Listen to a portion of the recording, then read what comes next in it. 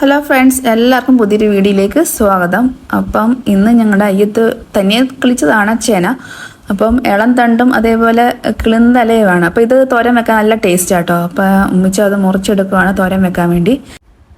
അപ്പോൾ കനവുള്ള തണ്ടങ്ങ് മുറിച്ച് മാറ്റിയിട്ട് ആ ഇലയോട് കൂടിയുള്ള തണ്ടും ഇലയും കൂടെയാണ് അരിഞ്ഞെടുക്കുന്നത്. അപ്പം രണ്ടും കൂടെ ആകുമ്പം ഒരുപാടങ്ങ് ആവും. അതുകൊണ്ട് ഇലയും തണ്ടും മാത്രമേ എടുക്കുന്നുള്ളൂ.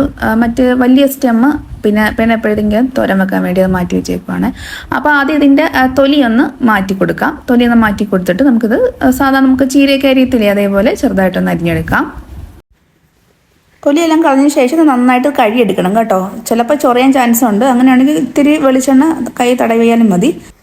ഞങ്ങളപ്പം നേരത്തെ തണ്ട് മാത്രമേ എടുക്കത്തുള്ളായിരുന്നു. ഇപ്പോഴാണ് എല്ലാവരും ഇതിൻ്റെ ഇലയും കൂടെ എടുക്കുന്നത് കണ്ടിട്ട്, ചേനയുടെ ഇലയും കൂടെ തോരൻ വെക്കുന്നത് കണ്ടിട്ടുള്ളത്. അപ്പം ഒന്ന് എടുത്ത് നോക്കിയതാണ്. പക്ഷെ നല്ല ടേസ്റ്റ് ആട്ടോ. നമ്മൾ ചീര ഇല കഴിക്കുന്നതിനെക്കാട്ടി നല്ല ടേസ്റ്റാണ്. ബ്രോക്കോളി ഒക്കെ കഴിക്കത്തില്ല, ആ ടേസ്റ്റ് ആട്ടോ കിട്ടുന്നത്. അപ്പോൾ ഇതേപോലെ ഒന്ന് ചെറുതായിട്ട് നമുക്കൊന്ന് അരിഞ്ഞെടുക്കാം.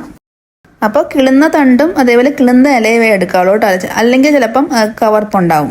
ഇപ്പം നമ്മുടെ പച്ചിലയുടെ ഒരു കവർപ്പുണ്ടാവും. ഉമ്മിച്ച ഈ അരിഞ്ഞെടുക്കുന്നത് ഇപ്പോൾ എനിക്ക് വയ്യാഞ്ഞിട്ട് ഉമ്മിച്ച കുറച്ച് ദിവസത്തേക്ക് ഇവിടെ വന്ന് നിന്നെയാണ്. അപ്പോൾ അരിഞ്ഞെല്ലാം എടുത്തിട്ടുണ്ട്. അപ്പോൾ ഇതിൻ്റെ കൂടെ ചതയ്ക്കാൻ വേണ്ടി നമുക്ക് തേങ്ങ സാധാ തോരനടിക്കുന്ന അതേപോലെ തന്നെ. അപ്പോൾ ഇവിടെ 2 കൈപ്പിടി തേങ്ങയും അതേപോലെ 5-6 ചുവന്നുള്ളി, 2 വെളുത്തുള്ളി, 2 പച്ചമുളക്, ഒരു 1/2 ടീസ്പൂണ് മഞ്ഞൾപ്പൊടി, 1/2 ടീസ്പൂണല്ല 1/4 ടീസ്പൂൺ മഞ്ഞൾപ്പൊടിയും, ഒരു നുള്ള് ചെറിയ ജീരകത്തിൻ്റെ പൊടി എടുത്തിട്ടുണ്ട്. ചെറിയ ജീരകമായിട്ടില്ല, അതുകൊണ്ടാണ് ഞാൻ പൊടി എടുത്തത്. അപ്പോൾ ഇതെല്ലാം കൂടെ ഒന്ന് ഒതുക്കിയെടുക്കാം. അതിൻ്റെ കൂടെ തന്നെ ഒരു തണ്ട് കറിവേപ്പിലയും കൂടെ വെച്ച് നമുക്ക് ഒന്ന് ചതച്ചെടുക്കാം. അരഞ്ഞു പോരുത് കേട്ടോ. ഈ തോരൻ വെക്കാൻ വേണ്ടിയുള്ള പാത്രം ചൂടാക്കാൻ വെക്കാം. പാത്രം ചൂടായിട്ട് വരുമ്പോഴത്തേക്ക് ആവശ്യത്തിനുള്ള വെളിച്ചെണ്ണ ഒഴിച്ച് കൊടുക്കാം. വെളിച്ചെണ്ണ നന്നായിട്ടൊന്ന് ചൂടായിട്ട് വരുമ്പോഴത്തേക്ക് ഒരു 1/2 ടീസ്പൂണ് കടുക് ഇട്ട് കൊടുക്കാം. കടുക് ഒന്ന് നന്നായിട്ടെല്ലാം ഒന്ന് പൊട്ടിയെല്ലാം വരുമ്പോഴത്തേക്ക് നമുക്ക് ഇതിലേക്ക് കറിവേപ്പിലയും അതേപോലെ വറ്റൽമുളകും കൂടെ ഇട്ട് കൊടുക്കാം. ഇത് നന്നായിട്ടൊന്ന് മൂത്ത് വരുമ്പോഴത്തേക്ക് ഇതിലേക്ക് നമുക്ക് അരച്ച് വെച്ച അരപ്പ് ചേർത്ത് കൊടുക്കാം. അപ്പോൾ അരപ്പിൻ്റെ വെള്ളമെല്ലാം പറ്റിയിട്ട് ഒന്ന് ഡ്രൈ ആയിട്ട് വരണം. അപ്പം തോരൻ നല്ല ടേസ്റ്റ് ആട്ടോ കഴിക്കാൻ വേണ്ടി. അപ്പം തോരൻ വെക്കുമ്പോൾ ആദ്യം ഇതേപോലെ അരപ്പൊന്ന് ഇതേപോലെ എണ്ണയ്ക്കകത്തൊന്ന് വഴറ്റിയെടുക്കുമ്പോൾ നല്ല ടേസ്റ്റുമാണ്. അതേപോലെ പെട്ടെന്ന് ചീത്തയാവത്തുമില്ല. ഇനി തോരൻ ആവശ്യമായിട്ടുള്ള ഉപ്പ് ഈ അരപ്പിലോട്ട് തന്നെ ചേർത്ത് കൊടുക്കാം. എന്നിട്ട് അതും കൂടെ ചേർത്ത് ഒന്ന് വഴറ്റിയെടുക്കാം. അപ്പോൾ ഒന്ന് ഡ്രൈ ആയിട്ട് വരുമ്പോഴത്തേക്ക് നമുക്കിതിലേക്ക് അരിഞ്ഞു വെച്ചിരിക്കുന്ന ഇല ചേർക്കാം.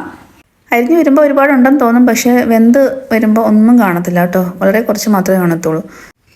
അപ്പോൾ ഇതിലേക്ക് ഒട്ടും വെള്ളം ചേർത്ത് കൊടുക്കരുത് കേട്ടോ. ചേനയുടെ തണ്ടിൽ ഒരുപാട് വെള്ളം ഉള്ളതാണ്. അപ്പോൾ വെള്ളം ചേർത്ത് കൊടുക്കുകയാണെങ്കിൽ നമ്മൾ ഒരുപാട് സമയം എടുക്കും അതൊന്ന് വറ്റി വരാൻ വേണ്ടി. അതുകൊണ്ട് ഒട്ടും തന്നെ വെള്ളം ചേർത്ത് കൊടുക്കേണ്ട കാര്യമില്ല.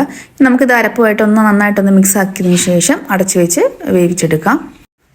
നല്ല ഹെൽത്തി ആയിട്ടുള്ളൊരു തോരനാട്ടോ. ഹെൽത്തി മാത്രമല്ല നല്ല ടേസ്റ്റിയുമാണ്. നമ്മുടെ പറമ്പിൽ തന്നെ ഉണ്ടാവുന്നതല്ലേ. ഇപ്പം ഒരു വിഷമില്ലാതെ നല്ലൊരു തോരൻ നമുക്ക് കഴിക്കാമല്ലോ. അപ്പോൾ ഇവിടെ തോരൻ നന്നായിട്ട് വെന്തിട്ടുണ്ട്, പക്ഷേ വെള്ളം പറ്റിയിട്ടില്ല. വെള്ളമുണ്ട് നന്നായിട്ട് കേട്ടോ.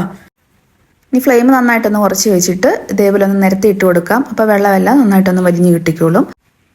ഉപ്പ് നോക്കിയപ്പോൾ ഉപ്പ് ലേശം കുറവുണ്ടായിരുന്നു. അപ്പോൾ കുറച്ചും കൂടെ ഉപ്പ് ഇട്ട് കൊടുത്ത് ഒന്നുകൂടെ വഴറ്റി നന്നായിട്ടൊന്ന് ഇളക്കി ഇട്ട് കൊടുക്കാം.